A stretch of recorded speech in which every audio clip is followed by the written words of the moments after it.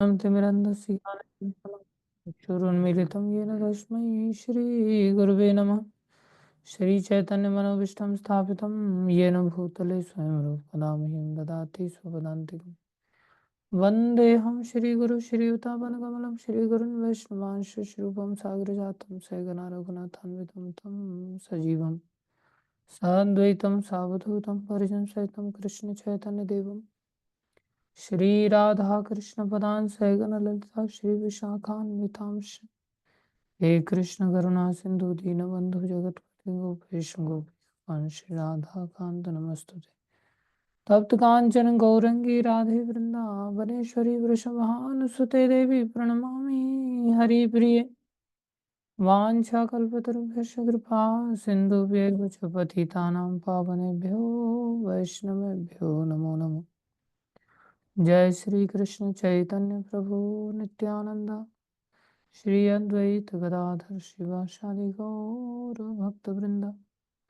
हरे कृष्ण कृष्ण कृष्ण हरे हरे, हरे राम राम राम हरे हरे।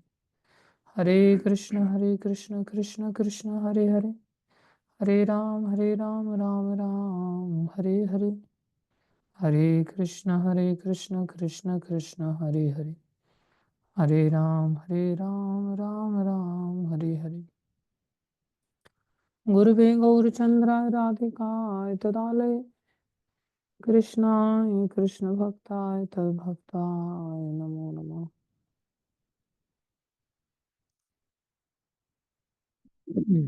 प्रणाम सभी भक्तों को, सबका हार्दिक अभिनंदन है, स्वागत है।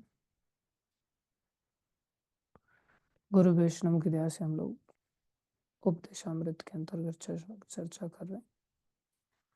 पहला श्लोक हो चुका है। वाचो बेगम मनसा क्रोध बेगम जीवा बेगम उदर उपस्थ बेगम एतान वेगान यो विषहेत धीरा सर्वामपि मां पृथिवीं शशिष्यात्।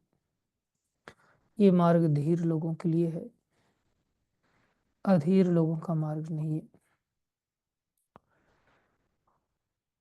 जिसमें 6 वेगों को नियंत्रित करना होता है। जो 6 वेगों में बहता रहता है वो अधीर व्यक्ति है। शंकर भगवान जैसे धीर व्यक्ति हैं, किसी भी वेग के द्वारा वो बहते नहीं हैं। जितने भी महाजन हैं, जितने भी वैष्णव लोग हैं, वो सभी धीर ही होते हैं। धीर अधीर जनों प्रिय करो। वैष्णव तो इतने महान होते हैं कि उनको अधीर लोग भी प्रेम करते हैं, का ऐसा आकर्षण होता है। ये धीरता का मार्ग है। दोनों चीजें एक साथ नहीं चलती इस रास्ते पर। हम अधीर भी बने रहें और धीरता के भी प्रदर्शन करें। एक ओर से चूल्हे में आग भी जलाने का प्रयास करें और दूसरे ओर से उसे पानी से भी बुझाने का प्रयास करें, तो वो अग्नि कभी नहीं जलेगी। मूलतः हम अग्नि जलाने का प्रयत्न करते हैं और स्वाभाविक दृष्टि से पानी डालने की चेष्टाएं हमारे चित्त में बनी रहती हैं, तो हमारा प्रयत्न कभी सफल नहीं होगा, वो प्रयत्न निरर्थक हो जाएगा। कोई व्यक्ति अंदर प्रवेश भी करे, उसके पश्चात भी उसको और सावधान होने की आवश्यकता है। अत्याहार आदि 6 दोषों से। अत्याहार प्रयासस्य प्रजल्पो नियमाग्रह जनसंघर्ष लोल्यम च षड्भिर्भक्ति विनश्यति। ये 6 चीजें आई हुई भक्ति का विनाश कर देती हैं। इसलिए प्रमाद के लिए कोई स्थान नहीं है, लोभ के लिए कोई स्थान नहीं, प्रजल्प के लिए कोई स्थान नहीं, अत्याहार प्रयासस इन सब चीजों के लिए भक्ति मार्ग में कोई स्थान नहीं। एक बड़ा सुंदर शब्द थे,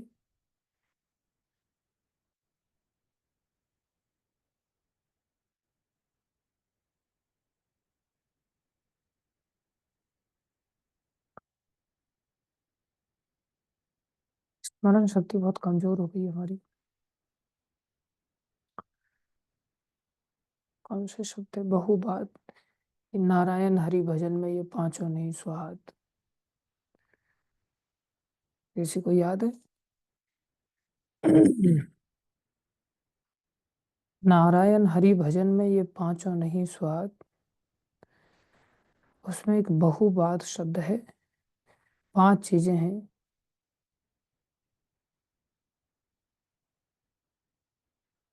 चलो कोई नहीं, 6 चीजों का यहाँ वर्णन किया गया। अत्याहार, प्रयास, शादी, इसका हमें त्याग करना चाहिए।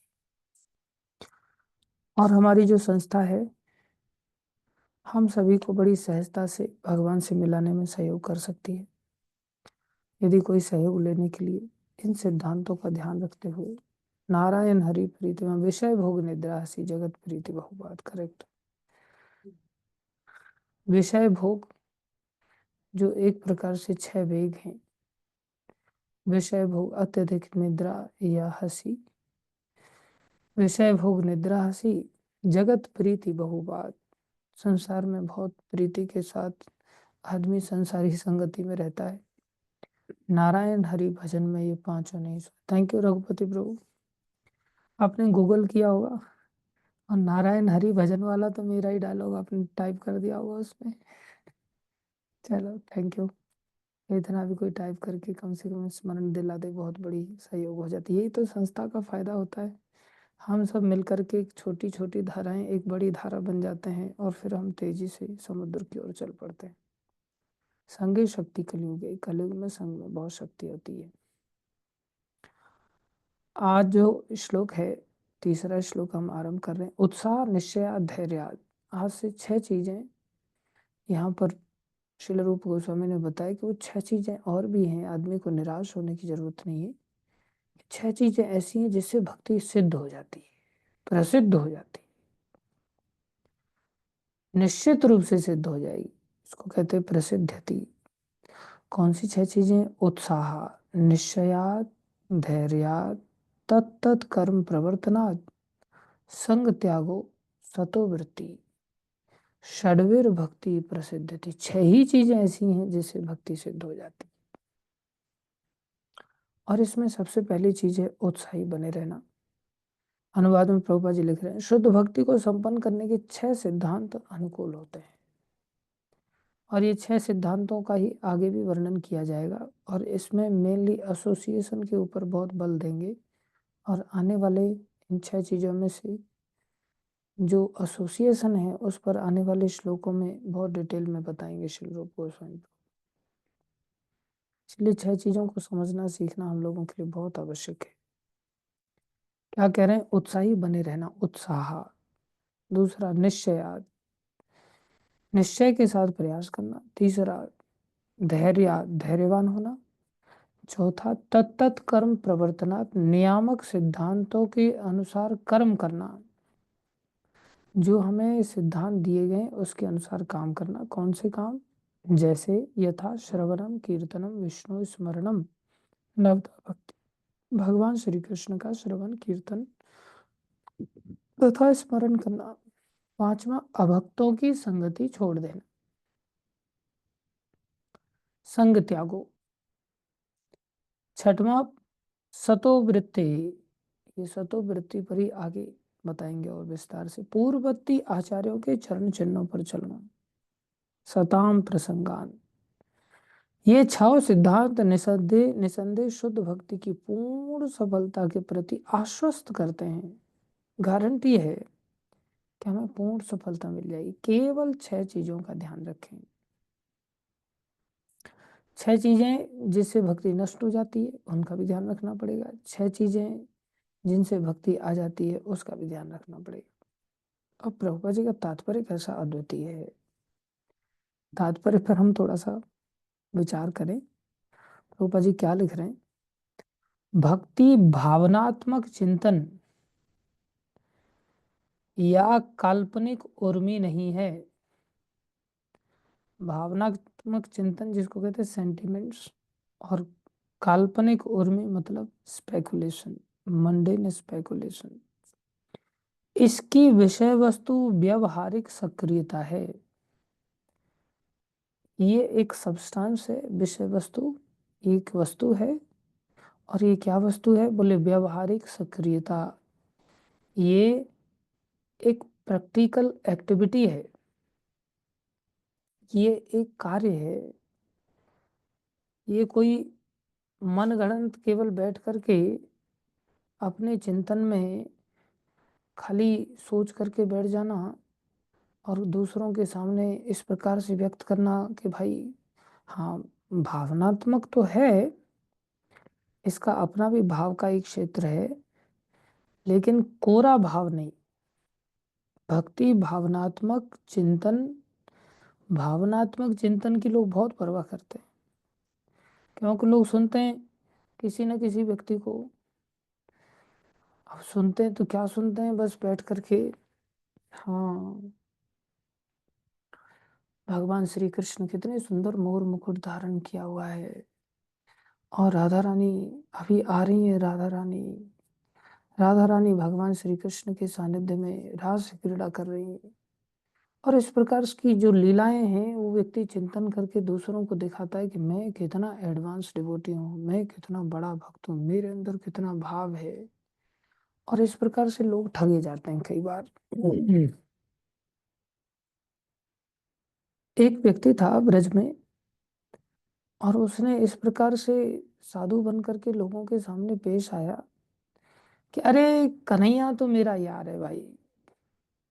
अच्छा यार, कहा कर रहे हो आप? चल बहुत देर रह गई, न घूमे में। तो बस चल पड़ता था वो। मैं तो भाई आप लोग यहीं रुको, अब यार आ गया है, अब यार के साथ थोड़ा घूम करके आते हैं। तो सारा ब्रज उमड़ पड़ा उनकी इस यारी को लेकर के कि भाई इसकी तो कन्हैया के साथ यारी है सीधा। तो लोग आते थे उसके पास, हाँ भाई थोड़ा यार से पूछ के बताओ कि हमारे साथ क्या होने वाला है। तो यार से पूछ पाछ करके बताता था।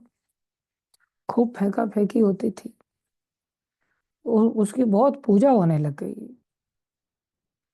फिर एक महात्मा थे, अच्छे भोले भाले महात्मा थे, तो उसके साथ तो पूरा दलबल चलने लग गया, भाई इसका तो कन्हैया यार है।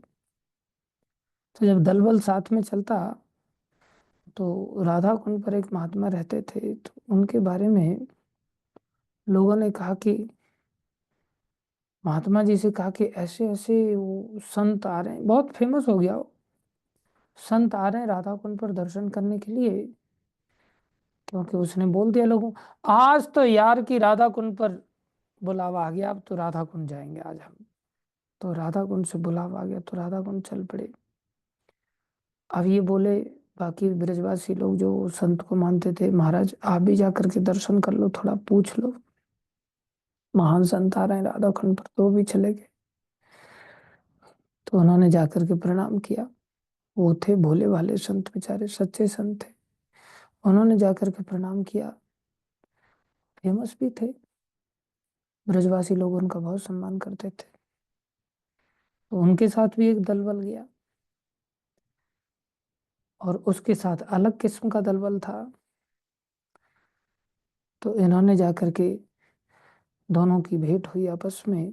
इन्होंने जाकर के पूछा, हाँ भैया आपके तो यार से खूब बातचीत होती रहती है, हमें दर्शन देने के लिए बोलो ना यार को। अच्छा पूछता, हाँ भाई यार, ये बेचारे संत महात्मा इतने लंबे समय से राधा कुंड पर यहाँ तपस्या कर रहे हैं, आराधना कर रहे हैं, दर्शन दे दो यार इनको।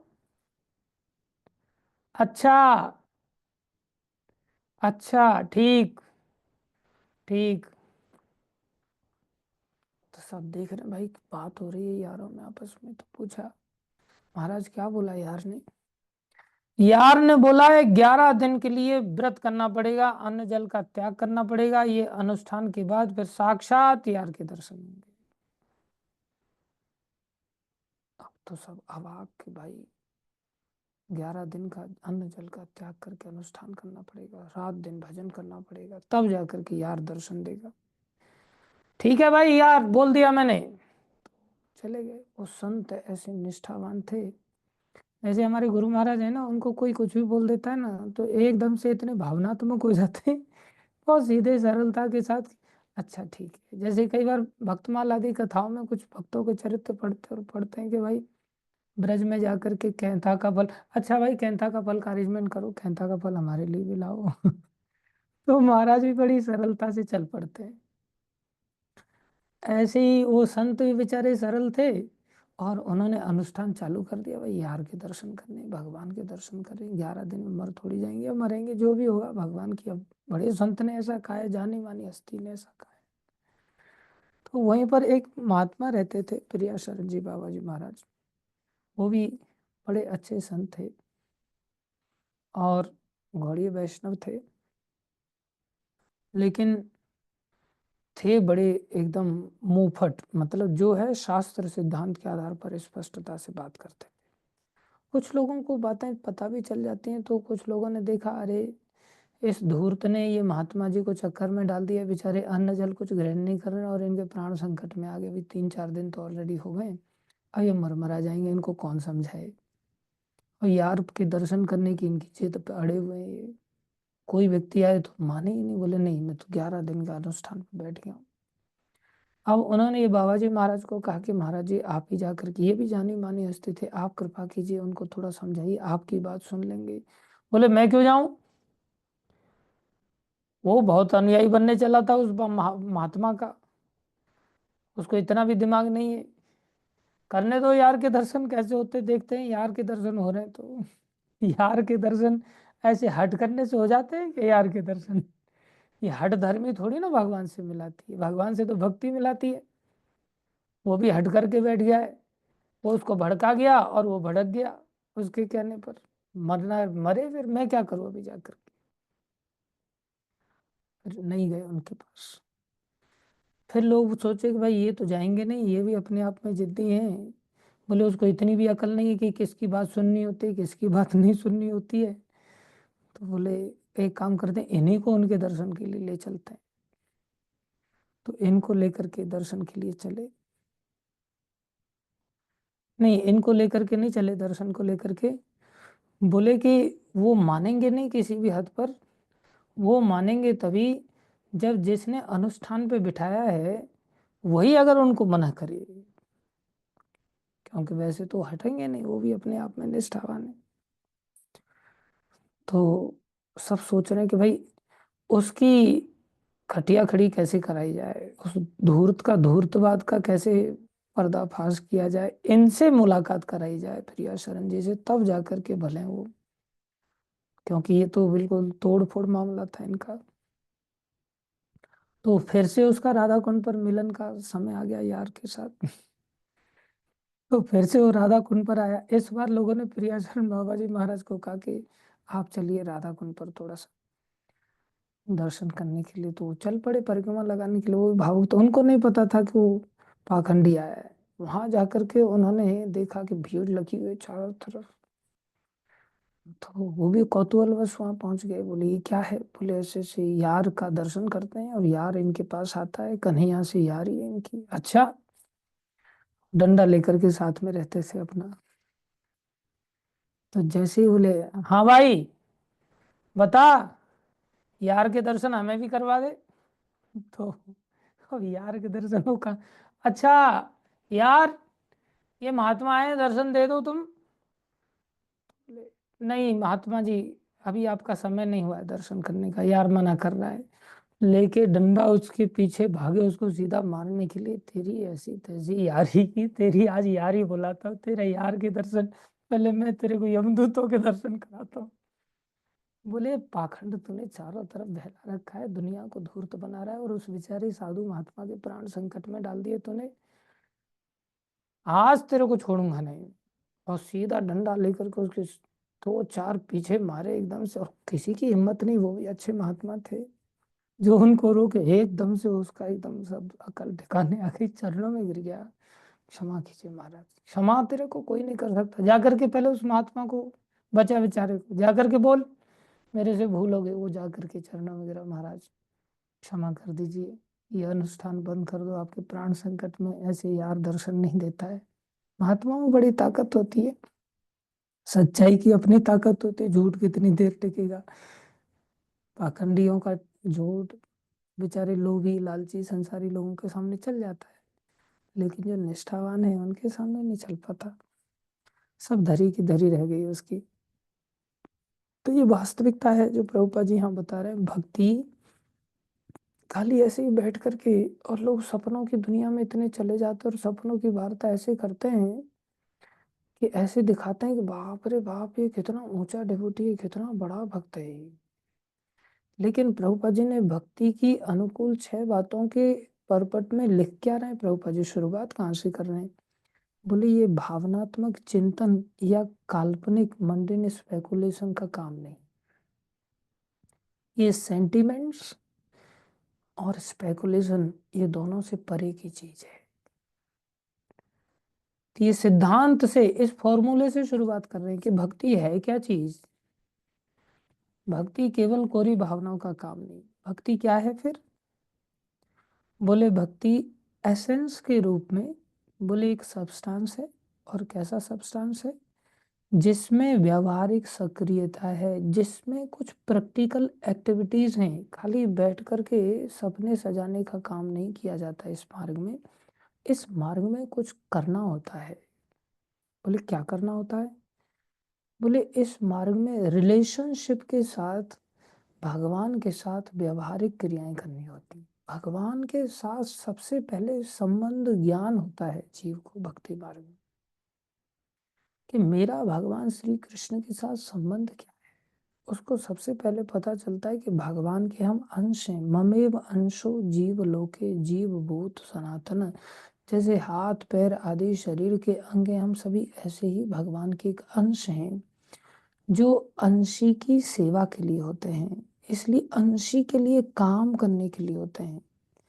तो एसेंस क्या है? बोले भगवान के साथ जैसे ही हमारा संबंध कोई स्थापित होता है, कोई रिलेशनशिप एस्टेब्लिश होता है, तो रिलेशनशिप के आधार पर ही प्रेम का प्राकट्य हो जाता है। जैसे ही जैसा कोई रिलेशन होगा, तुरंत उस रिलेशन के आधार पर एक प्रेम का उदय हो जाएगा। और उस प्रेम के उदय के साथ केवल ये नहीं कि आई लव यू दोनों ही रिलेशन में एक दूसरे को बोलते रहे, बोले उसको कोई प्रेम नहीं कहते हैं। उसमें बोले क्या, बोले कमिटमेंट्स आ जाते हैं। उसमें एक दूसरे के लिए कार्य करने की जो वृत्ति है, बोले वो प्रेम का सूचक है। अगर कमिटमेंट्स नहीं है तो फिर वो प्रेम प्रेम नहीं हो सकता। अभी जैसे उदाहरण के लिए गोपियों का प्रेम है, तो जैसे ही भगवान ने बंसी बजाए तो गोपियां दौड़ पड़ी। रात्रि का समय है, दौड़ पड़ी। जंगल नहीं देख रही हैं, अजगर आदि नहीं देख रही हैं, उनके पैरों में अजगर लिपट गए, लेकिन ऐसी प्रेम की उनकी शक्ति, ऐसी उनकी कमिटमेंट, अजगर को तोड़ दिया उन्होंने। इतना वेग उनके अंदर, उनके पैरों की गति को अजगर नहीं रोक पाए। अरे प्रेम इतना ज्यादा था कि उनको ताला लगा दिया कुछ लोगों ने। भगवान के समय में भी ऐसा विरोध था कि कुछ घर के सदस्यों ने ताला लगा दिया, और वो ताला, वो दरवाजे, वो लोगों का पहरा, परिवारी जनों का कोई नहीं उनको रोक पाया। उन्होंने अपना शरीर छोड़ करके आत्मा से चली गई। कैसा प्रेम का कमिटमेंट था। अब कोई व्यक्ति तो सोच सकता है कि बाप रे बाप, भगवान के प्रेम में उनको इतना आनंद आता था। और बोले इसमें नई बात कौन सी है? आनंद के लिए तो कोई व्यक्ति काम करता है। हर व्यक्ति अपने आनंद के लिए, जैसे कहा ना, लव के लिए कुछ भी करेगा, आनंद के लिए तो कुछ भी करेगा। ऐसा प्रेम है, उस प्रेम में कृष्ण से उनको क्या मिल क्या रहा है जिसकी वजह से बोले उनको आनंद मिल रहा है? क्या आनंद मिल रहा है? बोले कृष्ण का, उनको रासलीला करने को मिल रही है, कृष्ण का उनको सब प्रकार से आनंद प्राप्त हो रहा है। ये बात बोले केवल आनंद को लेकर के ही यहाँ लागू नहीं है। गोपियों का अगर जीवन चरित्र और देखते हैं, तो जब नारद जी द्वारिका में पहुंचते हैं तो पूछे प्रभु क्या कर रहे हैं? तो चारों तरफ भगदड़ मची हुई। बोले क्या समस्या क्या है? बोले भगवान कृष्ण के सिर में दर्द हो रहा है। अरे सिर में दर्द हो रहा है तो कुछ कोई इलाज नहीं करा है? बोले सब इलाज करा है, लेकिन कोई समाधान ही नहीं निकल पा रहा है। नारद जी पहुंचे, बोले प्रभु, बोले हाँ नारद बहुत सिर में दर्द हो रहा है। तो प्रभु आपके सिर में दर्द तो कौन है उपचार कर सकता है दुनिया में, आप ही बताइए क्या इलाज हो सकता है, आप तो सर्वज्ञ हैं। बोले कोई ज्यादा कठिन इलाज नहीं है, ये लोग तो चारों तरफ भागम भाग कर रहे हैं, कोई इलाज तो कर नहीं रहा है। क्या इलाज है बताइए, तो सिर्फ बोले सिंपल सा इलाज है, कोई भक्त अपने चरणों की धूल अगर मेरे सिर पर लगा दे तो मैं ठीक हो जाऊंगा। तो नारद जी एकदम से शॉक्ड, बोले भक्त? बोले हाँ कोई भक्त, आप भी तो भक्त है नारद जी, लगा दो। बोले प्रभु मैं घोर नरक में जाना पड़ेगा, मैं ऐसा दुस्साहस कैसे कर सकता हूँ। मैं दूसरे भक्त, बोले ठीक है प्रयास कर लो किसी दूसरे भक्त से लाने का। तो रुक्मणी आदि शंकर ब्रह्मा आदि सब जगह पे पूरी त्रिलोकी में नारद जी घूम घूम करके, लेकिन कोई व्यक्ति, दिमाग खराब हो गया है, बोल क्या रहे हो, नरकों में सड़ना है क्या, अनंत काल तक नरक में सड़ना पड़ेगा, भगवान के प्रति ऐसा अपराध भयानक हो जाएगा, ऐसा तो बिल्कुल नहीं कर सकते। अरे भगवान को जो प्रणाम करते हैं या भगवान के भक्तों को जो प्रणाम करते हैं, प्रणाम करते समय सिर पर जो धूल लग जाती है, जो पंचकोनी या साष्टांग प्रणाम करते समय सिर पर जो धूल लग जाती है, उस धूल को भी अगर कोई झड़ा दे, भगवान के चरणों की अगर धूल को कोई झड़ा दे या धाम की धूल को कोई झड़ा दे, तो उस धूल को झाड़ने मात्र से अनेक जन्मों के पाप सिर पर वापस आ जाते हैं, केवल धूल को हटाने से। और उस व्यक्ति का क्या दुस्साहस जो अपने चरणों की धूल भगवान के चरण पे चढ़ा, भगवान के सिर पे चढ़ाए उसका क्या होगा। तो बोले किसी ने प्रभु नहीं दिया, लगता है आपका सिर दर्द का भी ठीक ही नहीं होगा। बोले तुम वृंदावन गए थे क्या? बोले नहीं प्रभु वहां तो गया ही नहीं, जाओ ना जाकर क्या हो। नारद जी गए, गोपियों ने पूछा नारद कहाँ है हमारे द्वारकाधीश भगवान, कोई लीला बताओ। बोले लीला क्या, हम तो सिर दर्द से पीड़ित हैं, परेशान हैं। तो कुछ इलाज, बोले एक इलाज बड़ा मुश्किल से उन्होंने खुद बताया, लेकिन वो इलाज क्या आफत हो गई। बोले क्या आफत हो गई, समस्या क्या है। बोले सिंपल सा, उन्होंने बोला किसी भक्त के चरणों की धूल, अब तुम ही बताओ कौन भक्त है दुनिया में जो अपने चरणों की धूल उनके सिर पर लगाने। अरे इतनी सी बात थी बस, ले आओ। सब धूल का ढेर लगा दिया और सब गोपियां उस पर चारों तरफ घूम घूम करके बोले ये सब अब हमारे चरणों की धूल होगी, इसको भर लो जितना भरना है और पैक करके भी रख लेना। बोले दो तुम लोग एकदम वास्तव में गंवार लोग हो, तुम्हारे अंदर बुद्धि तो बिल्कुल है ही नहीं, होश भी है कि नहीं, अनंत काल तक नरक में नरक में, अरे नरक से कभी वापस नहीं आएंगे तो भी चलेगा, लेकिन कृष्ण को तो एक क्षण के लिए सुख मिलेगा ना। चाहे कृष्ण को थोड़ी देर के लिए सुख मिल जाए, हमारे अनंत काल तक नरक जाने पर तो भी हमारा जीवन सफल है। This is called commitment. खाली ये नहीं कि रासलीला के लिए दौड़ पड़ी थी, वो नरक के लिए भी दौड़ रही है। वो ऐसा नहीं कि नरक का पता नहीं उनको कि कितने भयानक कष्ट मिलते हैं, सारे शास्त्रों की विज्ञ है वो। जिसने कृष्ण को जान लिया उसके लिए बचा क्या है संसार में जानने के लिए, सारे शास्त्रों की गाथाएं भगवान को चुप करा देती हैं इस प्रकार से, भगवान के साथ जब वार्तालाप होती है तो। बोले वो गोपियां नरक में जाने के लिए भी तैयार है, इसे प्रेम कहते हैं। संसार में ऐसा प्रेम देखने में नहीं आता, ऐसा प्रेम संसार में थोड़ा सा माँ बेटे में आता है देखने में,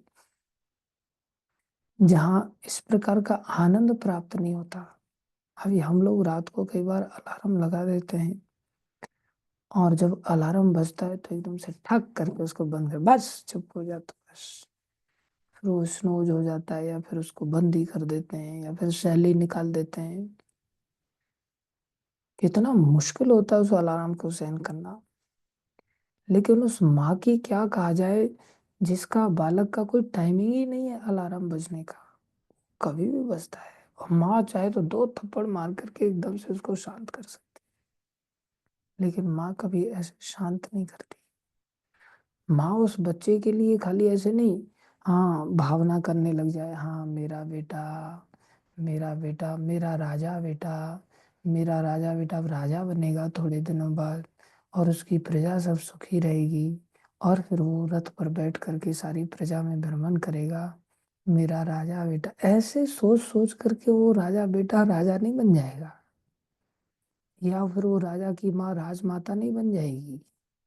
खाली ऐसा भावनात्मक सोचना मात्र बोले वो कोई संबंध के प्रति व्यवहारिक कार्य नहीं है।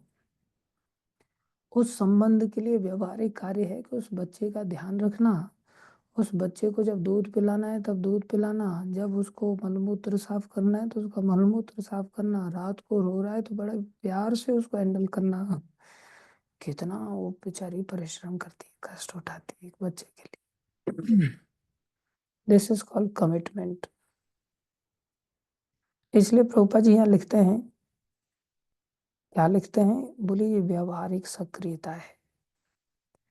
तो भक्ति मार्ग में कार्य है, भक्ति मार्ग में व्यवहारिक कार्य है। भक्ति मार्ग खाली बैठ करके ध्यान करने का मार्ग नहीं। इवन चांटिंग में भी प्रभुपाद जी ये बल नहीं देते कि हम बैठ करके क्या सोच रहे हैं। चांटिंग में भी इस चीज का ज्यादा बल देते हैं कि हम ऑडिबली अच्छी तरह से जप करने का प्रयास करें। हालांकि हमारे पूर्ववर्ती आचार्यों ने मन मन में भी जप किया है, लेकिन वो बहुत ज्यादा संख्या में जप करते थे तब। लेकिन सुबह सुबह में तो चैतन्य महाप्रभु ने कहा है कि हमें जोर से अच्छी तरह से जप करने के लिए ज्यादा बल बोलने और सुनने पर देना चाहिए, जिससे ना केवल हमारा भला होता है बल्कि दूसरों का भी भला होता है। इसलिए प्रभुपाद जी तुरंत भक्ति रसामृत सिंधु के प्रमाण पर आ जाते हैं और यहाँ पर उस श्लोक से रेफरेंस के रूप में देते हैं। बोले भक्ति क्या है? भक्ति बोले अन्य अभिलाषिता शून्यम ज्ञान कर्मादि अनावृतम अनुकूलेन कृष्णा अनुशीलनम भक्ति उत्तमा। व्यवहारिक कार्य मतलब शीलनम, शीलनम मतलब चेष्टा, चेष्टा मतलब कार्य। भक्ति में कार्य है और वो कार्य किस तरह से किया जाए, वो कार्य में हम अपने सुख के लिए कार्य ना करें। बहुत बड़ी बात है। वो कार्य का केंद्र बिंदु हमारा स्व सुख नहीं होना चाहिए। शीलनम, शीलनम तो चाहिए ही चाहिए। कैसा? अनुशीलनम, निरंतर वाला चेष्टा। और निरंतर चेष्टा किसकी? बोले कृष्ण अनुशीलनम। अगर हम अपने आनंद की चेष्टा कर रहे हैं तो हमारे आनंद अनुशीलनम कहा जाएगा। बोले किसकी चेष्टा? बोले कृष्ण के अनुशीलनम की चेष्टा। जैसे माँ निरंतर बच्चे का ध्यान रखती है, बच्चे के लिए कार्य करती है, ऐसे ही अगर कोई प्रेमी भक्त भगवान श्री कृष्ण से प्रेम करता है तो उसे अपने सुख की चिंता न करते हुए कृष्ण कैसे आनंदित होंगे, अपनी एस्टेसी नहीं देखना कि मुझे कैसे आनंद मिलेगा। भक्त तो उसको कहते जो कृष्ण के आनंद की व्यवहारिकता को देखता है। और ऐसे भक्ति के बहुत बड़े शिखर प्रभुपाद जी ने अपने आप को सिद्ध करके दिखाया। प्रभुपाद जी ने 69 साल की आयु में 69 ईयर्स, वो चाहते तो वृंदावन से बढ़िया स्थल और क्या हो सकता है भगवान की लीलाओं का चिंतन करने के लिए। और प्रभुपाद जी जिस प्रकार से आंखें बंद करते हैं, प्रभुपाद जी जिस प्रकार से भजन गाते हैं, उसमें ऐसा फील होता है कि वो भगवान का साक्षात अनुभव कर रहे हैं। इतने डूब करके एक एक चीज को प्रभुपाद जी कार्य करते थे। तो उनके लिए तो बेस्ट प्लेस वृंदावन है और बेस्ट एक्टिविटी उनके लिए भगवान का चिंतन करना। उनको कहीं इधर उधर भाग करके कुछ करने की जरूरत ही नहीं थी। आइडियली आप इस्कॉन के आज भी सन्यासियों को देखेंगे तो सन्यासियों की सेवा करना मतलब उनको भोजन कराने के लिए भी बड़े अच्छे खासे इनिशिएटेड डिवोटी लगते हैं, दीक्षित भक्त लगते हैं। हर व्यक्ति ना कुकिंग करता है, ना हर व्यक्ति सर्विंग करता है, ना हर व्यक्ति उनके आसपास भटकता है। और प्रभुपाद जी ऐसे इस्कॉन के फाउंडर आचार्य होकर के क्या कर रहे हैं? बोले जो इनिशिएटेड तो दूर, जो नॉन इनिशिएटेड भी नहीं, ऊपर से साधारण इंसान भी नहीं, हिप्पी लोग उनकी सेवा कर रहे हैं। प्रभुपाद जी इस्कॉन के फाउंडर आचार्य होकर के उन लोगों के लिए कुकिंग कर रहे हैं, उनको सर्व कर रहे हैं और उनके झूठी प्लेट्स को धो रहे हैं। वो लोग प्रभुपाद जी की क्या सेवा की योग्यता रखते थे? प्रभुपाद उनकी सेवा कर रहे हैं। इसको कहते हैं कि ऐसा अनुशीलन किया जाए, ऐसा अनुशीलन किया जाए कि कृष्ण आनंदित हो जाए। हम लोग तो अपने आनंद के लिए इस भक्ति मार्ग में आए, बार बार सीख समझ करके जन्म मृत्यु जरा व्याधि का चक्र छूट जाएगा भैया, और भगवान के धाम में चले जाएंगे, वहाँ आनंद ही आनंद है। रात दिन धारणा तो ये हमारे चित्त में सबसे ज्यादा बैठी रहती है। हालांकि फिर निष्कामता का हम डंका पीटते हैं, नहीं हमें कुछ नहीं, हमें तो केवल कृष्ण चाहिए, केवल कृष्ण चाहिए। क्यों कृष्ण चाहिए? क्योंकि वो सभी रिसोर्सेस के बाप हैं। जितने भी रिसोर्सेस संसार में है उन सबका स्रोत तो वो स्वयं है, इसलिए हमें कृष्ण चाहिए। ये कंसेप्ट हमारे दिमाग में ज्यादा अच्छी तरह से बैठा है।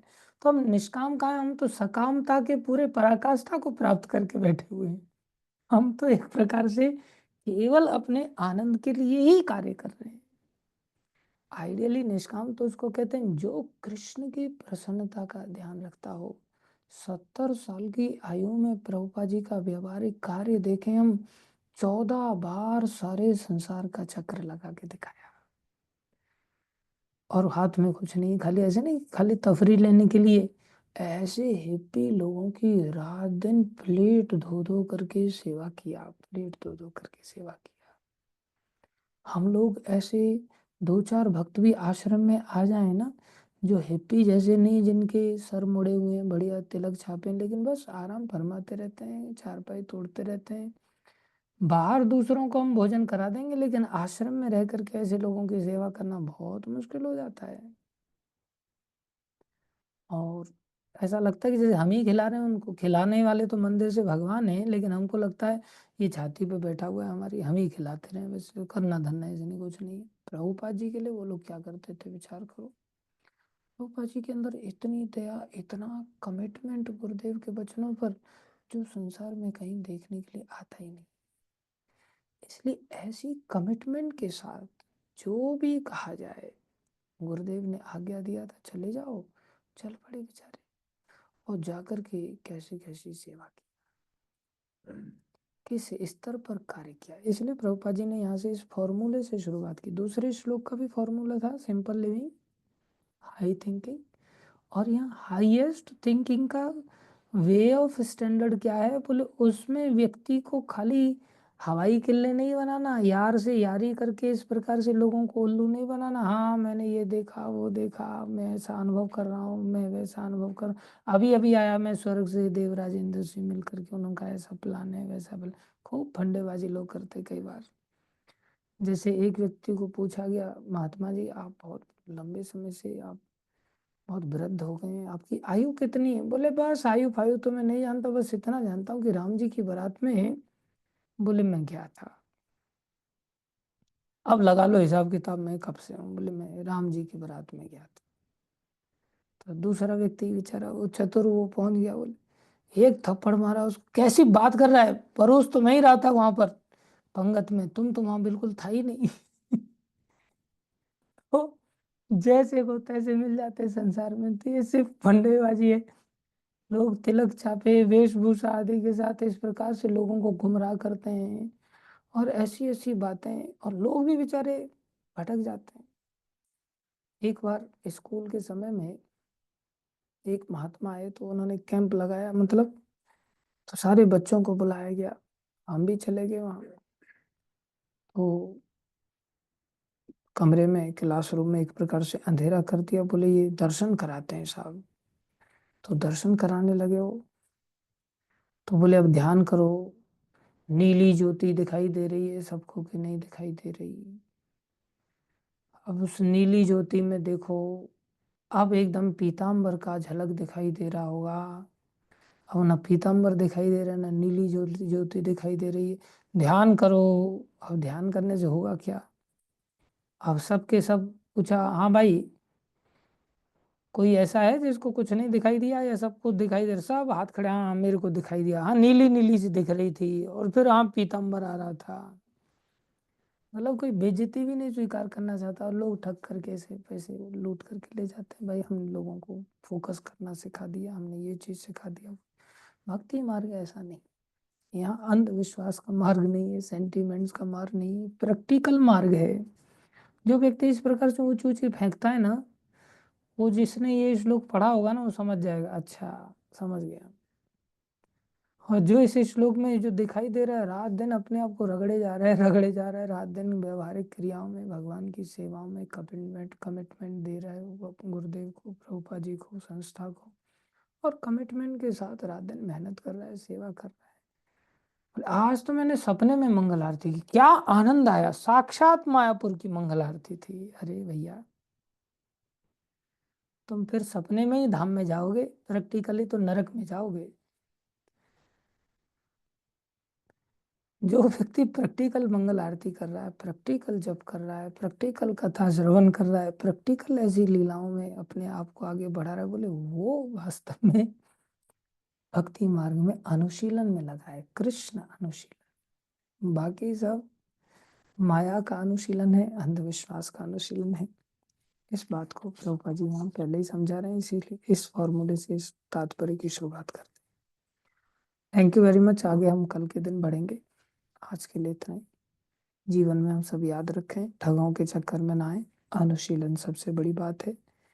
और टेंशन ना लें बहुत बड़ा कि हमारे दिमाग में अभी मेरे को तो ऐसा ध्यान में आता ही नहीं, ये लोग तो ध्यान में राधा रानी की चोटी देख रहे हैं, ये लोग तो राधा रानी का पल्लू देख रहे हैं, ये तो राधा कुंड पे चले गए, डुबकी लगा करके वापस आ गए, और मैं तो बराबर अपना पुराना सिगरेट पी करके वापस आ गया, मेरा मन तो।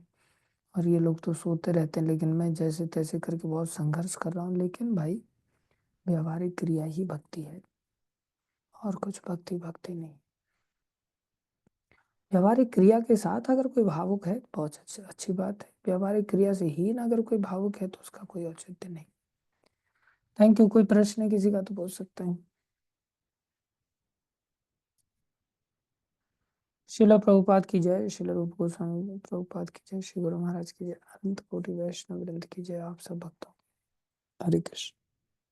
कोई प्रश्न नहीं, कोई उत्तर नहीं।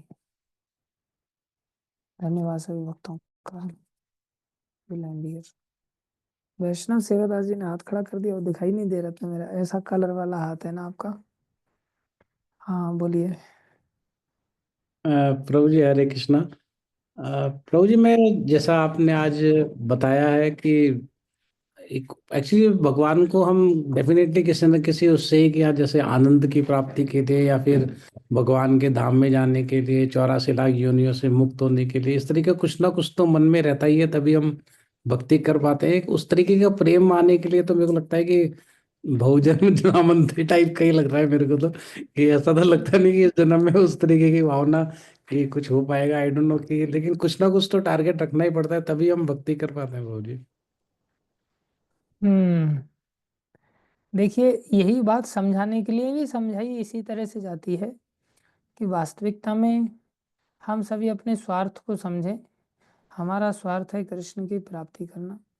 परमार्थ तो हमें क्या समझ में आएगा, असली स्वार्थ ही समझ जाए, वो एक ही बात है। परमार्थ को हम किस एंगल से लेते हैं, स्वार्थ की दृष्टि से परमार्थ को पकड़ाने का प्रयास किया जाता है।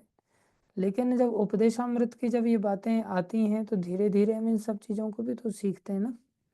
और जब इन सब चीज़ों को सीखते हैं, तब हमें निष्कामता का भी पता चलता है कि नहीं नहीं, कृष्ण के लिए, कृष्ण के लिए।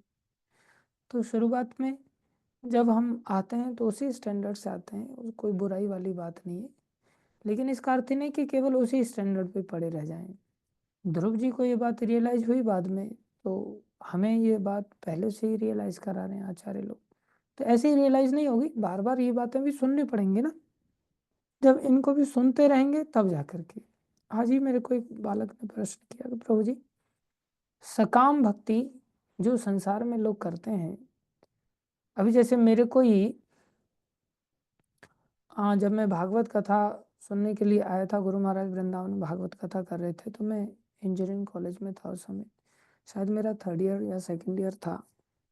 तो एक मेरे सीनियर गुरु भाई, वो सुबह सुबह वहाँ बहुत भारी काम था। एक तो वृंदावन की ठंडी बहुत भारी, ऊपर से नहाने धोने के लिए हैंडपंप पे जाना पड़ता था। और हैंडपंप पर पहुंचने के लिए कई सारे मेढकों के ऊपर से इधर उधर से गुजरना पड़ता था। बरसात के दिन थे, ठंडी भी थी, बरसात भी हो गई थी। और वहाँ सब बाल्टी फाल्टी लेकर के, वहाँ शौचालय वगैरह भी ऐसा कुछ नहीं था, लोटा फोटा लेकर के इधर उधर जा करके और फिर वापस हैंडपंप से नहाना होता था। बहुत टीडियस टास्क था वो। तो हाँ, फिर भी उठ करके मंगल आरती जाते थे। तो एक दिन उठने में हम आलस्य कर रहे थे, तो प्रभु जी ने कहा उठ जा, और फिर तुम्हारे एग्जाम से अच्छे पास हो जाओगे। एग्जाम दे के ही आए थे हम। तो जैसे उन्होंने बोला एग्जाम अच्छी तरह से पास हो गया, उठ जाओ मंगल आरती के लिए, एकदम से फटाक से उठ गया। मैं उठ ही नहीं रहा था, काफी देर से बोल रहे थे वो लोग, आपस में चर्चा कर रहे थे, मैं उठ नहीं रहा था। तो उन्होंने जैसे ही बोला मैं एकदम से उठ गया। तो देखा जाता है कि संसार में कोई व्यक्ति जब किसी संसारी प्रयोजन को लेकर के आराधना करता है तो उसमें तीव्रता अधिक पाई जाती है, और जो व्यक्ति बिना किसी संसारी प्रयोजन के भगवान की खुशी के लिए या गुरुदेव की खुशी के लिए कार्य करता है तो उसकी तीव्रता कम होती है। और भगवान ने भागवत में कहा है कि अकामा सर्व कामो व मोक्ष काम उदारदी तीव्रेन भक्ति योगेन यजेत पुरुषम परम। परम पुरुष भगवान की तुम चाहे अकामी हो या सर्वकामी हो या मोक्षकामी हो, कैसी भी कैटेगरी के व्यक्ति बस तीव्र भक्ति करने की चेष्टा करो। तो उस बालक ने प्रश्न किया कि प्रभु जी, निष्काम भक्ति को श्रेष्ठ माना गया, लेकिन निष्काम भक्ति तीव्रता से होती नहीं है, और सकाम भक्ति को निकृष्ट माना गया, लेकिन सकाम भक्ति तीव्रता से हो जाती है। तो बोले फिर कौन सी भक्ति श्रेष्ठ है? तीव्रता वाली भक्ति श्रेष्ठ है या निष्काम भक्ति श्रेष्ठ है? देखो, आइडियली निष्काम भक्ति अगर उसमें तीव्रता नहीं है तो वो श्रेष्ठ नहीं है, और सकाम भक्ति जिसमें तीव्रता है लेकिन सकामता होने के कारण वो भी श्रेष्ठ नहीं है। ऐसा नहीं सोचना कि सकामता में तीव्रता के कारण वो श्रेष्ठ बन जाएगी, वो भी श्रेष्ठ नहीं है। तो श्रेष्ठ है क्या? बोले श्रेष्ठ तो तीव्रता और निष्कामता के संयोग से आगे बढ़ती है। अगर आइडियली श्रेष्ठत्व देखा जाए तो बोले वही श्रेष्ठत्व है। तो ये कैसे आएगा?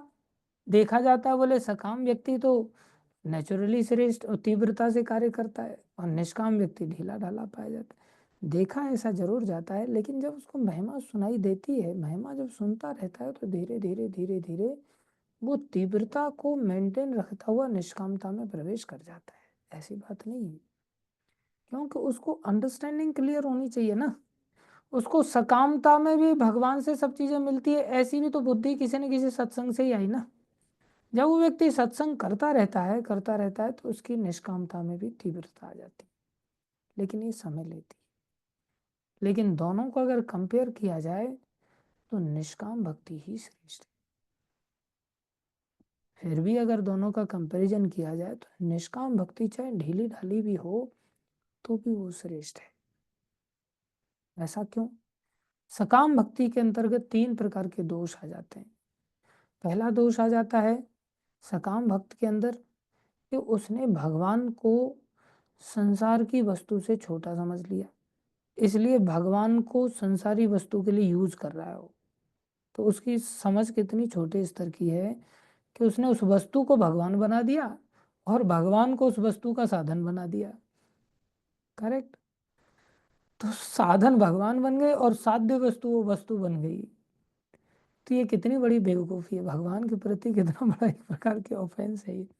लेकिन फिर भी भगवान दयालु हैं, वो स्वीकार कर लेते हैं। पहली गलती।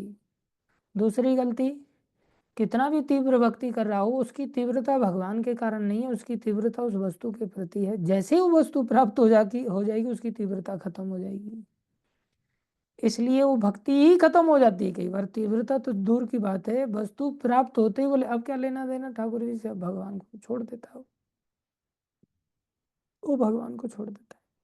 तीसरी समस्या, जब भगवान उसकी इच्छा पूर्ति कर देते हैं तो दूसरी इच्छा का भी उदय हो जाता है उसके अंदर, काम की वृत्ति बढ़ जाती है कई बार। ये भी तीसरी समस्या है। बहुत रेयर होता है जब वो लंबे समय तक भक्ति में, चाहे सकाम भक्ति में जुड़ा रहता है, तब जाकर के उसके चित्त में भगवान के चरणों का स्थान भगवान स्वयं प्रकट करते हैं, और फिर धीरे धीरे वो सकामता से निष्कामता में आ जाता है। वो इतना सहज नहीं है, उसके लिए भी लंबी भक्ति करनी पड़ती है। भगवान करा लेते हैं लंबी भक्ति, आसानी से कोई चीज़ देते नहीं, और जब देते नहीं तो तब तक लंबे समय तक भक्ति में उसको चीज़ ना मिलने के कारण वो नास्तिक भी बन जाता है कई बार। कोई फायदा ही नहीं हो रहा है, भगवान सुन ही नहीं रहे, देवी देवता फिर भी सुन लेते हैं, ये तो सुनते ही नहीं। इसलिए व्यक्ति के नास्तिक बनने की भी संभावना बनी रहती है। तो इन दोषों के कारण सकाम भक्ति का कोई बहुत ज़्यादा श्रेष्ठत्व तो नहीं है। निष्काम भक्ति टूटी फूटी जैसी भी अगर कोई व्यक्ति कर लेता है ना तो उसका अमोघ रिजल्ट उसके जीवन में, सकाम वाला तो वैसे भी आ ही जाता है, और उसके जीवन में कभी लॉस नहीं रहता। उसको आगे चल करके भक्ति वहां से आरंभ करने को मिलेगी जहाँ से उसने छोड़ी है, तो कोई टेंशन वाली बात नहीं। इस दृष्टि से देखा जाए तो निष्काम भक्ति छोटी सी भी करो ना, बहुत शक्तिशाली होती है, बहुत शक्तिशाली। सतोगुनी दान अगर 2 पैसे का भी किया जाए तो बहुत ताकत रखता है, और 2 करोड़ रुपए का भी अगर रजोगुनी तमोगुनी दान दिया जाए तो उसका कोई मीनिंग नहीं निकलता। भाई आग में आप आहुति डालो, चाहे थोड़ी सी डालो, वो आहुति आपके डेस्टिनेशन तक अग्निदेव के माध्यम से पहुंचेगी। अब राख में आहुति डालोगे तो उसे क्या मिलेगा? तो एक प्रकार से अज्ञानता में लोग अन्य भक्ति को करते हैं। तो जी निष्काम भक्ति का मतलब, निष्काम जो हम भक्ति कहते हैं वो मतलब आप भगवान के लिए कार्य कर रहे हो उसको बोलेंगे, या फिर आप भगवान से प्रेम कर रहे हो उसको भक्ति बोलेंगे? देखो, भगवान के लिए कार्य करना भगवान से प्रेम के कारण ही संभव होगा। तो उस प्रेम में हमारा अपना व्यक्तिगत कोई लाभ संसारी नहीं होना चाहिए।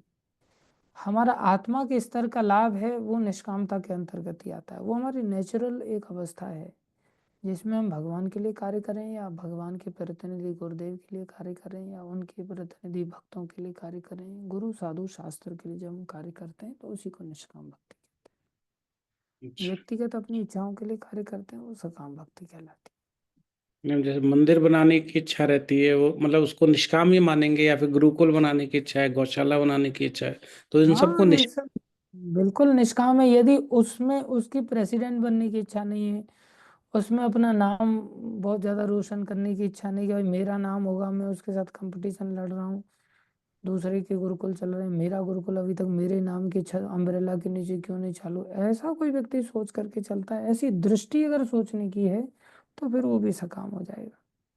और अगर हम संसार के हित के लिए, भगवान के प्रचार प्रसार के लिए लोगों को भगवान से मिलने का एक अवसर दें, इसके लिए करते हैं तो ये निष्काम है। ठीक है। ठीक है। ठीक है, हरे कृष्ण। यह सारा का मत था।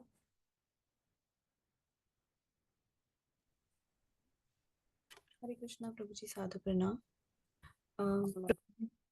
जी, मेरे दो प्रश्न हैं। जैसे आपने बताया कि कृष्ण की प्रसन्नता के लिए, जैसे हम उदाहरण देखते हैं कि कुछ ऐसे उन्नत भक्त हैं जो हमने कथा में भी सुना है कि वो कृष्ण को अनदेखा करके इवन वो ग्रंथ रचना कर रहे हैं या फिर नियम फॉलो कर रहे हैं, है ना। तो फिर वो कैसे कृष्ण की प्रसन्नता, कृष्ण अनुशीलनम वहां कहाँ है प्रभु जी, उसको हम कैसे समझे? ये तो विरोधाभास लग रहा है। हाँ, जैसे यशोदा मैया कृष्ण को रुला रही है एक प्रकार से डंडा दिखा करके, तो ऐसा लग रहा है कि कृष्ण कहाँ प्रसन्न है यहाँ। कृष्ण की प्रसन्नता मतलब कृष्ण का हित किसमें है? तो कृष्ण का हित माता यशोदा देख रही है कि अगर मैंने इसको डंडा नहीं लगाया तो अभी तो ये चोरी कर रहा है, कल डकैत बन जाएगा। तो बोले डकैत बन जाएगा तो फिर इसको जेल जाना पड़ेगा। वो भगवान समझ करके आराधना नहीं कर रही है उनकी, वो तो प्रेम के स्तर पर इतने ऊंचे उठे हुए हैं कि भगवान को भुला बैठे हैं कि ये भगवान है, और उसमें उनका हित देख रही हैं। इसलिए भगवान को रुलाते हुए भी वो भगवान की खुशी ही मानी जाएगी। ऐसे ही आचार्य लोग हैं जो जानते हैं कि भगवान से बड़ा भगवान का नाम है, और भगवान का नाम जब अच्छी तरह से लिया जाता है तो भगवान और ज़्यादा प्रसन्न होते हैं। तो नाम की महिमा के कुछ ऐसे आदर्श रखे जाते हैं आचार्यों के द्वारा, या फिर भगवान की सेवा को इतना ज़्यादा महत्व देते हैं, भगवान के प्रचार को इतना महत्व देते हैं कि भगवान ने जो वचन दिया है कि जो प्रचारक है वो मुझे सबसे ज़्यादा प्यारा है। तो ग्रंथ आदि लिखना या ऐसी परिस्थितियां जहाँ भगवान को लोग अनदेखा करते हैं तो उसमें भगवान से भी बड़ा प्रयोजन होता है, वो भक्ति है। जो भगवान ने कहा है कि मैं भक्ति के अधीन हूँ, तो भगवान की भक्ति के अधीन इसलिए नहीं है कि भगवान भक्ति बहुत शक्तिशाली दूसरा कोई भगवान है इसलिए वो भक्ति के अधीन हो जाते हैं, नहीं, भक्ति उन्हीं की स्वरूप शक्ति है। उन्होंने ही भक्ति को इतना ज़्यादा अधिकार दिया है, तो भगवान को अपने आप में बहुत ज़्यादा खुशी मिलती है जब भक्ति के अंगों को कोई ऊंचे स्तर पर भगवान से भी लेकर के जाता है, प्रचार प्रसार आदि को, तो भगवान को अच्छा लगता है।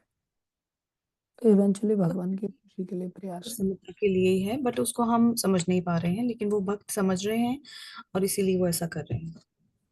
ठीक है, thank you Prabhu ji, I understood. Prabhu ji, another question, जैसे ब्राह्मण पत्नियों का एग्जाम्पल आता है और गोपियों का एग्जाम्पल जैसे अभी आपने दिया, उसमें ये एक्चुअली प्रश्न किया था किसी ने कि अनफेवरेबल हस्बैंड और अनफेवरेबल फैमिली हो तो क्या हमें हमें उनको छोड़ देना चाहिए, बिकॉज हमने ये एग्जाम्पल देखा है शास्त्रों में, और हमें so is it okay to follow the footsteps of Brahman पत्नियां एंड गोपियां, कि हम अनफेवरेबल पीपल या फैमिली जो भी हमारे आसपास है, हम उनको छोड़ के हम कृष्ण की सेवा में लग जाएं या कहीं चले जाएं या मंदिर में चले जाएं, तो इसको कैसे हमें जस्टिफाई करना होगा प्रभु जी? हाँ देखो, इसमें निर्भर करता है। जैसे ब्राह्मण पत्नियां थी तो भगवान ने उनको कहा कि आप लोग चले जाओ वापस। तो उन्होंने कहा चले तो जाएं, लेकिन हमें सबसे बड़ी समस्या, हमारे पति लोग हमें मारेंगे। बोले अब कोई नहीं मारेगा तुम्हें, वो लोग प्रणाम करेंगे, चिंता मत करो, चले जाओ। तो ब्राह्मण पत्नियां चली गई। जब चली गई तो क्या देखा, वो उनके पति लोग उनको दंडवत प्रणाम कर रहे हैं। बोले तुम तो देवी हो, बहुत धन्य हो, तुम्हारी वजह से आज हमें भी अपराध लगने से बच गए, नहीं तो आज हम घोर नरक की प्राप्ति कर लेते। तुम्हारी वजह से हमारे अंदर भी भक्ति करने का सामर्थ्य आ गया, हम तो कंस के कारण डरे रहते थे। कहाँ, वो पहले बहुत विरोध कर रहे थे, लेकिन भगवत कृपा से भगवान सबके हृदय में बैठे रहते हैं, तो भगवान ने उनको आश्वस्त कर दिया, चिंता मत करो, चले जाओ। वो चले गए। गोपियों को भी भगवान ने यही कहा था, तुम चले जाओ।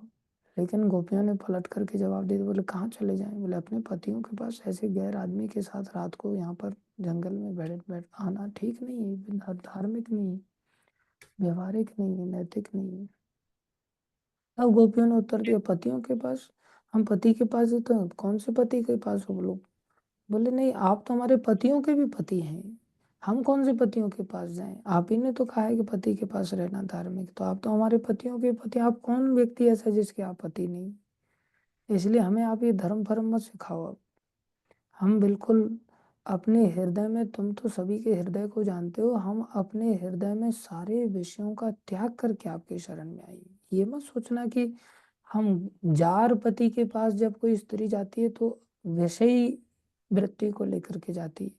बोले अगर हम उस एटीट्यूड से आए हैं तो तुम तो अंदर अंतर्यामी हो, तुम तो झांक करके देख सकते हो, हम तो सारे विषयों को त्याग करके आए। तो हम इसलिए नहीं आए कि हम तार्किक दृष्टि से आपको पति मात्र कह रहे हैं, शास्त्र की दृष्टि से आपको सभी पतियों का पति कह करके आपका आश्रय ले रहे हैं।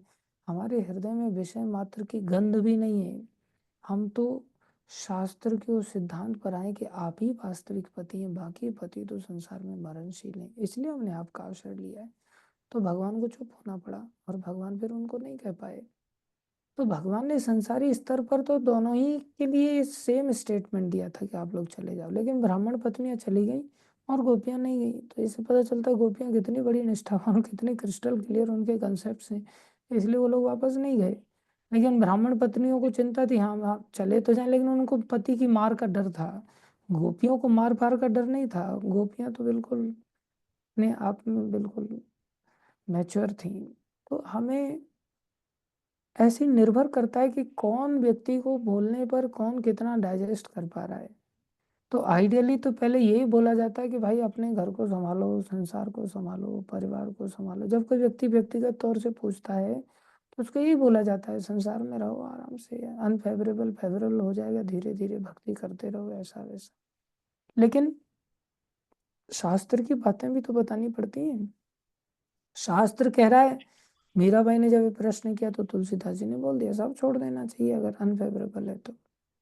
उन्होंने उदाहरण भी दिया कि माँ को भी छोड़ा, भाई को भी छोड़ा, गुरु तक को छोड़ दिया। बलि गुरु तजो, बलि महाराज ने गुरु को छोड़ दिया, गोपियों ने अपने पतियों को छोड़ दिया, और इस प्रकार से भरत जी ने अपनी माँ को छोड़ दिया, विभीषण ने अपने भाई को छोड़ दिया, और बोले इन सब का अमंगल नहीं उल्टा मंगल हुआ। तो इस प्रकार से हम सीख सकते हैं।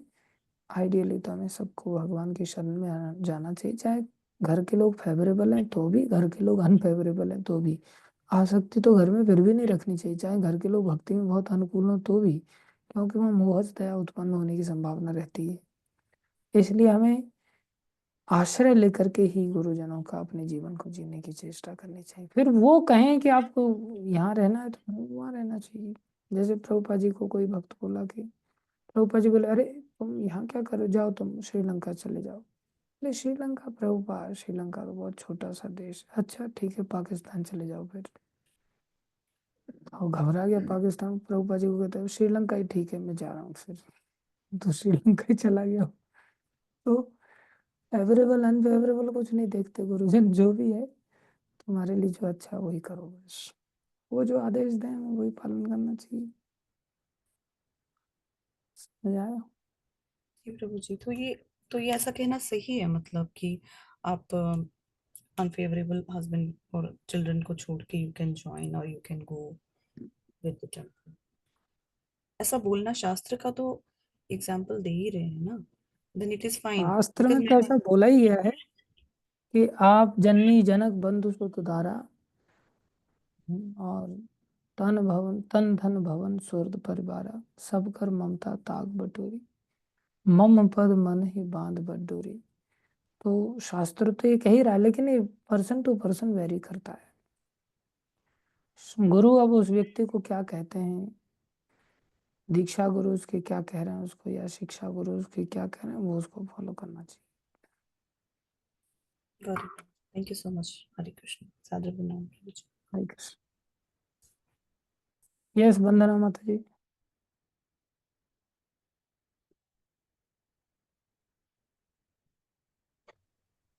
हरे कृष्णा, दंडवत प्रणाम प्रभु जी। प्रणाम माता। प्रभु जी, आपने एक बार बोला था कि जैसे जब हम मृत्यु होती है तो उस वक्त बहुत ज्यादा पीड़ा, असह्य पीड़ा सहनी पड़ती है। तो एक तो भगत लोग हो गए, जैसे भक्तिमती मीराबाई की बात करें या नरसिंह मेहता की बात करें, जो साक्षात प्रवेश कर गए है ना भगवान में। तो हम तो संसारी जीव हैं, तो बाकी जैसे होते हैं तो उनको क्या कष्ट उठाना पड़ता है बहुत ज्यादा। मतलब जैसे हम देखते हैं, जब मृत्यु का समय आता है तो बुढ़ापा आता है, तो दुख तकलीफ भी रहती है ना। तो एक जगह ना, मतलब मुझे अच्छी तरह समझ नहीं आया, जैसे 7वें अध्याय में भगवान बोलते हैं ना, जरा मरण मोक्षाया माम आश्रिता जतन्ति ये ते ब्रह्म तदु विदुक स्त्रम अध्यात्म कर्म च अखिलम। मतलब वहां पे ये है कि भगवान के जब हम आश्रित हो जाएंगे पूर्ण, मतलब तो फिर हमें जो जरा मरण मोक्ष है उससे हम छूट जाएंगे, कैसा होगा? हाँ, छूट जाएंगे। तो इसका, अब जैसे प्रभुपा जी ने शरीर छोड़ा, तो प्रभुपा जी ने शरीर छोड़ा तो ऐसे तो नहीं छोड़ा जैसे मीराबाई की तरह उनका शरीर सशरीर समा गए हों। प्रभुपा जी जी। ने तो संसार में शरीर छोड़ करके गए। तो दो तरह के भक्त लोग होते हैं। भगवान का घोषणा है कि जो मेरा भक्त है वो तो नष्ट होता ही नहीं, वो तो मरता ही नहीं। तो फिर शरीर छोड़ना और नहीं छोड़ना कौन सा श्रेष्ठ है? असंसारी दृष्टि से तो हम लोगों को ऐसा लगे कि शरीर नहीं छोड़ना ज्यादा श्रेष्ठ है, शरीर छोड़ के जाना तो इतना श्रेष्ठ नहीं। अरे, उनका शरीर भी दिव्य बन चुका होता है। तो उस दिव्य शरीर को संसारी लोगों के लिए, समाधि के लिए वो लोग छोड़ करके जाते हैं, जिससे उस समाधि के माध्यम से लोग अपनी भक्ति में वृद्धि करते हैं, भक्ति की कामनाओं की पूर्ति करती हैं वो समाधि के माध्यम से। तो उन्होंने शरीर छोड़ा, तो ये नहीं कि शरीर छोड़ने में उनको कष्ट हुआ, शरीर छोड़ करके गए हमारे लिए। जैसे महर्षि दधीची थे, उन्होंने शरीर मांगने पर शरीर छोड़ दिया, अपनी हड्डियां दे दी, किसके लिए? जन कल्याण के लिए, संसार कल्याण। वो संसार में शरीर उनको ऐसा नहीं था कि उनको बहुत तड़पना पड़ा, और जैसे कुछ वो शेर शिकार करता है तो कैसे वो जानवर तड़पता है, ऐसे नहीं उनको करना पड़ता। ऐसे जितने भी आचार्य शरीर छोड़ते हैं, जो वैष्णव सच्चे वैष्णव हो जाते हैं, वो अपने उसी दिव्य स्तर से शरीर को छोड़ता है, उनको कोई कष्ट नहीं होता। ये नहीं कि मीराबाई को कष्ट नहीं हुआ होगा और प्रभुपा जी को तो बहुत कष्ट हुआ होगा, ऐसा नहीं। आचार्य लोग दयावश अपने शरीर को यहाँ छोड़ करके जाते हैं, जिससे हम लोग उस शरीर के माध्यम से उनकी कृपा का अनुभूति कर सकते हैं। वो तो एक प्रकार से लीला है मात्र उनकी, उनका शरीर भी दिव्य बन जाता है। तो प्रभु जी, हम ठीक ये है। मान लें, अगर हम भक्ति पथ पे चलेंगे, भगवान की भक्ति करने की कोशिश करेंगे, हम पूर्णता तो नहीं कर सकते, लेकिन हम जब उस पथ पे चलेंगे तो भगवान हमें हर तरह के जरा मन मोक्षाय से बचाएंगे। हाँ, क्यों नहीं, पूर्णता क्यों नहीं कर सकते हम? भगवान की कृपा से सब कुछ हो सकता है। पूर्णता भी प्राप्त होगी हमें, पूर्ण भक्ति करके भगवान हमें अवश्य बचाएंगे। देखो, बिल्ली चूहे को भी पकड़ती है, बिल्ली अपने बच्चे को भी उसे मुंह से पकड़ती है। चूहे को पकड़ती है तो कैसा खून से लथपथ कर देती है, चितड़े चितड़े कर देती है, उसकी क्या हालत हो जाती है उसकी, चूहे की। और उसी बच्चे को जब मुंह से पकड़ती है तो बच्चे को ऐसा लगता है जैसे मैं माँ की गोद में हूँ, मोस्ट सिक्योर प्लेस उसको ऐसा लगता है। तो भगवान ऐसे ही भक्तों को तो आनंद होता है, जा मरने से जग डरे मेरे मन आनंद, कब मरियो कब भेटियो पूर्ण परमानंद। कब मैं मरूंगा, कब भगवान से मेरा साक्षात्कार होगा। भक्त तो ऐसा सोचता है, उसको डर नहीं होता। और भगवान जी इतने दयामय हैं, प्रभुपाद जी इतनी गारंटी देते हैं कि अंतिम समय में व्यक्ति, सच्चा भक्त अभ्यास करते करते अंतिम समय भगवान का नाम ले लेता है। अगर बाई चांस वो नहीं ले पाता तो भगवान स्वयं में आ जाते हैं। वो नहीं ले पा रहा है, लेकिन भगवान को आने में क्या दिक्कत है, भगवान आ जाते हैं। पितामह भीष्म के सामने भगवान नहीं आ गए थे, और अंतिम समय तक भगवान ऐसा जी अरेंजमेंट करते, भगवान ध्यान दिला देते हैं। तो भगवान की दया अपार है, हमने अभ्यास करना चाहिए। Thank you. हरे कृष्णा। अभी इतना ही, बाकी कल पढ़ेंगे। आप शिल प्रभुपाद की जय, श्री गुरु महाराज की जय, अनंत कोटि वैष्णव वृंद की जय। आप सब